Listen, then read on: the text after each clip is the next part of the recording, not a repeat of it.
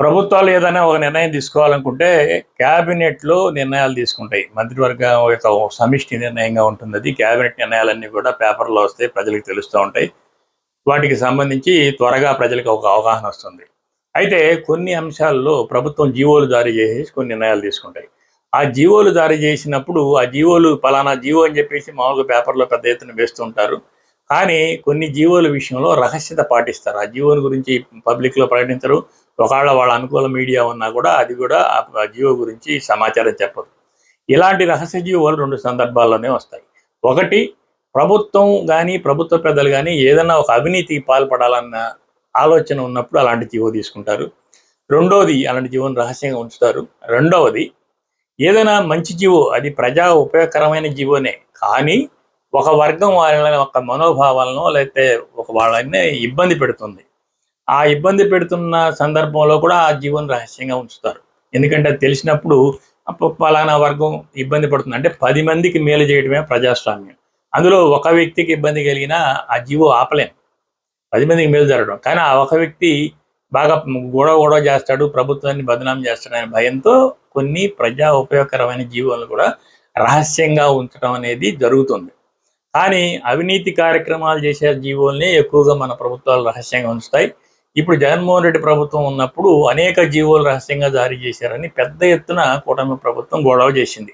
Telugu Desam party కానీ, జనసేన కానీ, ఇతరత్ర కానీ. అయితే 2014-19 మధ్య తెలుగుదేశం పార్టీ అధికారంలో ఉంది.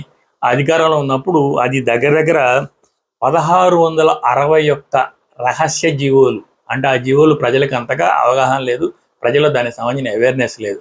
అలాంటి 1661 జీవోలు తీసుకొచ్చింది. ఇప్పుడు మొత్తం 10 నెలల ప్రభుత్వ కాలంలో 147 రహస్య జీవోలు విడుదలయ్యాయి. అందులో రెవెన్యూ శాఖలో 65, హోం శాఖలో 26, మున్సిపల్ అడ్మినిస్ట్రేషన్లో 16, పంచాయతీ శాఖలో 8, భవనాల శాఖలో 4, రవాణా శాఖలో 5, పర్యావరణం ఐటీ శాఖలో 4, వ్యవసాయ శాఖలో 2, ఈ విధంగా దాదాపు 147 జీవోలను ప్రజలకి తెలియకుండా తీసుకొచ్చింది. సహజంగా ఇప్పుడు ఉదాహరణకి వైజాగ్లో ఈ సముద్రానికి ఆర్కే బీచ్ ఎదురుగా 13 ఎకరాలు లులు కేటాయించారు. ఆ కేటాయించింది ఇప్పుడు ప్రజలందరికీ తెలుస్తుంది. అంతకుముందు కంటే ఇప్పుడు అవేర్నెస్ ఎక్కువ ఉంది. ఆ కేటాయించింది ఇప్పుడు 1500 కోట్ల కేటాయించారు, గతంలో 2200 కేటాయించారు.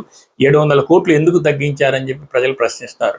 కనుక ఇలాంటి సందర్భాల్లో ఇది అయితే బయటకు వచ్చింది. ఇలాంటి సందర్భాలు కొన్ని బయటికి రాకుండా రహస్య జీవోలు దాకా ఉంటాయి.